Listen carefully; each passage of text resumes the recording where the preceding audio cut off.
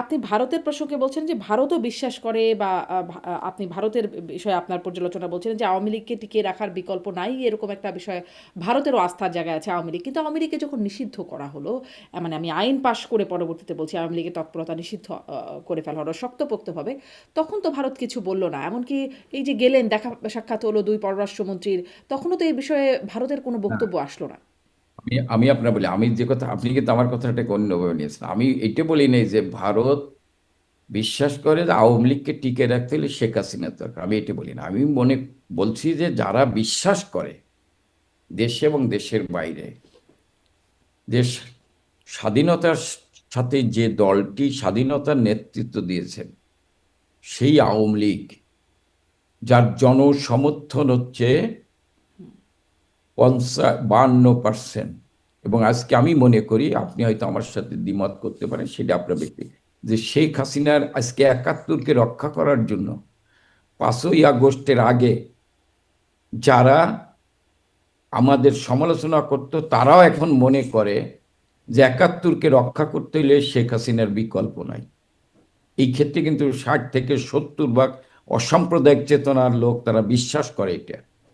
তা আমি মনে করি এই আওয়ামী লীগকে পুনর্গঠন করতে হলে, এই আওয়ামী লীগকে সুসংগঠিত করতে হলে, অসাম্প্রদায়িক চেতনার বাংলাদেশকে যদি রক্ষা করতে হয়, তাহলে আওয়ামী লীগকে পুনর্গঠিত করতে হবে।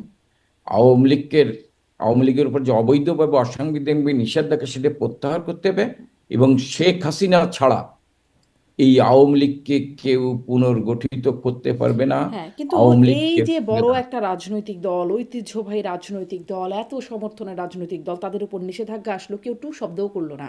এটা আসলে কেমন হলো? বা ভারত আপনাদের এতদিনের মিত্র, ভারতকে যা দিয়েছেন তা সবসময় ভারত মনে রাখবে। কিন্তু এরকম যখন ভারতের, মানে আপনারাও ভারতে মানে শীর্ষ নেতৃত্ব ভারতে আছেন, সেই মুহূর্তে যখন এই দলটির উপরে নিষেধাজ্ঞা হলো, তখন ভারতও আসলে টু শব্দ করলো না। এটি আপনাদের জন্য, করে। আপনারা আসলে এটাকে কিভাবে আমি দেখছেন? আপনার বলি, রাজনৈতিকভাবে আমরা যারা দলের, আমরা এমন কথা বলি না যে ভারতকে আমরা যা দিয়েছি আর ভারত মনে রাখবে। হ্যাঁ, ভারত আমাদের রাজনৈতিক বিন্দু, কিন্তু ভারত কিন্তু আমাদের দিয়েছেন একটা চুক্তি।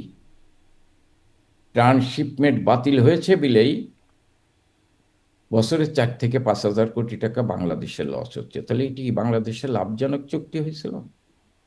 আমি মনে করি ভারতের বিরুদ্ধে অনেক অপপ্রচার, মিথ্যাচার করা হয়েছে। আওয়ামী লীগকে ঘিরে আওয়ামী লীগ ভারতের সাথে এতটা চুক্তি করছে, কই কোন কোন চুক্তিগুলো আমি চুক্তি, এটা কিন্তু জি, দেখাতে একটাও পারেনি। দেখানো হয় নাই। একদমই ঠিক। কিন্তু দেখাতে পারে, কিন্তু এটা ভারত দেখাতে কেন, পারে। মানে আমার প্রশ্নটা এখানেই যে ভারতের এই অবস্থানটা আপনাদের কাছে কেমন লাগে? যে আওয়ামী লীগের মতো একটা দলকে সংসদে আইন পাস করে এখন আওয়ামী লীগের তৎপরতা কার্যক্রম নিষিদ্ধ করে দেওয়া হলো।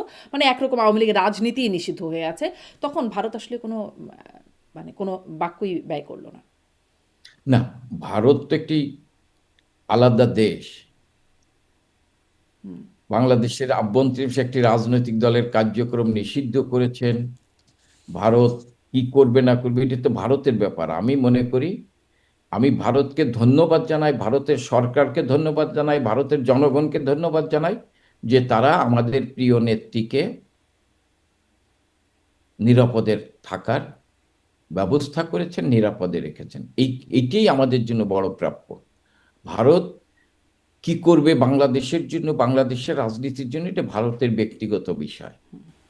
আমি মনে করি ভারত বাংলাদেশে একটি স্বাধীনতার পক্ষে অসাম্প্রদায়িক চেতনার বাংলাদেশ থাকবে, এটাই আমি ভারতের কাছে প্রত্যাশা করি। জি। ভারতে যাবার আওয়ামী লীগ পর থেকেই ৫ই আগস্টের পর ভারতে যাবার পর ভারতের নিরাপত্তা উপদেষ্টা তখনই দেখা করেছেন, মানে শেখ হাসিনার সাথে সাক্ষাৎ করেছেন। তারপরেও অন্তত কয়েকবার সাক্ষাৎ হয়েছে বলে জানা গেছে। কি হয়? মানে কি বলে? ভারতের বার্তাটা কি এখন? এটা তো আমি বলতে পারবো না। ভারতের নিরাপত্তা উপদেষ্টা বঙ্গবন্ধু তারা শেখ হাসিনার সাথে সাক্ষাৎ কয়বার করেছেন আপনি বললেন, আমি কিন্তু জানি না।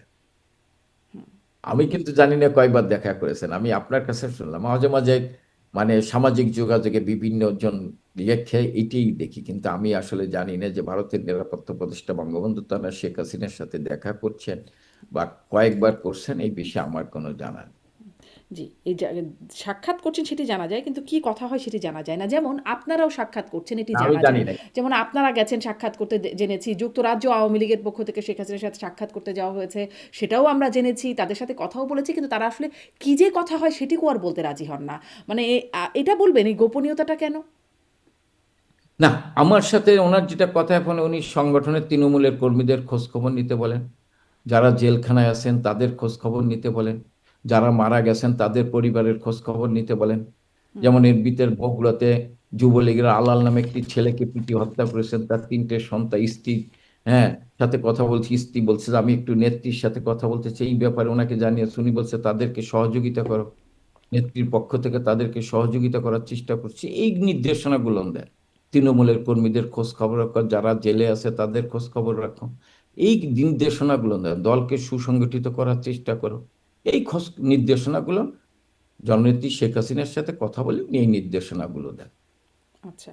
আর সম্প্রতি আমরা আওয়ামী লীগের ফেসবুক পেজে, অফিসিয়াল যে ফেসবুক পেজ, সেখানে দেখলাম জাহাঙ্গীর কবির নানক ভারতীয় সাংবাদিক অমল সরকারকে একটি সাক্ষাৎকার দিয়েছেন। সেই সাক্ষাৎকারে একটা ফটো কার্ড আকারে আওয়ামী লীগের অফিসিয়াল ফেসবুক পেজে দেওয়া আছে, যেখানে বলছেন যে মৃত্যুদণ্ডের পরোয়া নেই, শেখ হাসিনা ফিরবেন, এ বছরই ফিরবেন। এরকম কোনো বার্তা কি আপনাদের দলের মধ্যে আছে? আসলে এ বছর মানে কোনো টাইম লাইন আপনারা পাচ্ছেন? না, আমরা কোনো টাইম লাইন দেই না, আমরা যত তাড়াতাড়ি চেষ্টা করবো। নেত্রী দেশে ফেরার চেষ্টা করছেন, আমাদের সাথে যতবার কথা হয়েছে। ওনার ইচ্ছা, উনি দেশে যেতে চান, এবং উনি তো বলেছেন, উনি যখন গণভবন থেকে বের হয় তখন ওনাকে বলা হয়েছে ওনাকে টুঙ্গিপাড়া নিয়ে যাওয়া হবে, তারপর উনি ভারতে এসেছেন। উনি সবসময় টুঙ্গিপাড়ায় যেয়ে থাকতেছেন, উনি দেশে থাকতে চান। এই কারণে উনি তৃণমূলের কর্মীদের, জননেত্রী শেখ হাসিনা যখন তৃণমূলের কর্মীদের সাথে কথা বলে তাদের সাহস দেয়, হ্যাঁ আমিও চলে আসবো, হয়তো নেত্রী যে কোনো সময় যে কোনো সিদ্ধান্ত নিতে পারেন, উনি দেশে যেতে পারেন। এটা কখন যাবে, কি অবস্থায় যাবে, এইটা জননেত্রী শেখ হাসিনা যখন জানাবেন তখন আপনারা জানতে পারবেন। আর আপনারা কখন আসবেন? মানে যারা অন্য নেতারা আছেন, সিনিয়র নেতারা যারা আছেন দেশের বাইরে বিভিন্ন জায়গায়। শোনেন, আমরা যারা বাংলাদেশে আছি, বাংলাদেশের বাইরে আছি, আমরা মনে করি যদি আদালত তার নিরপেক্ষ ভূমিকা পালন করে, যদি আইনের শাসন প্রতিষ্ঠিত হয়, তাহলে আমরা আদালতের দ্বারস্থ হতে চাই। কিন্তু আজও আমির হোসেন আমুর মতো একটি মুক্তিযুদ্ধের সংগঠক, যার বয়স প্রায় 90-এর কাছাকাছি, তিনি আজও জেলখানায় মানবতার জীবন যাপন করছেন। ৭৬ বছর বয়স্ক নুরুল মজিদ হুমায়ুন, মুক্তিযুদ্ধের সংগঠক, তিনি জেলখানায় থেকে হাসপাতালে নিয়েছেন, হাসপাতালে এক হাতে হাত করা, তিনি মৃত্যুর করে ঢলে পড়েছেন। অনেক ডক্টর রাজ্জাক, ফারুক খান সাহেবের মতো লোক জেলখানায় আছেন, মানবতার জীবন যাপন করছে।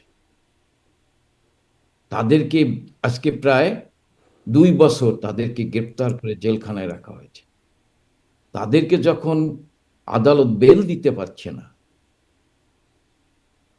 আমির হোসেন আমুর মতো লোক গুলি করে মানুষ হত্যা করেছেন,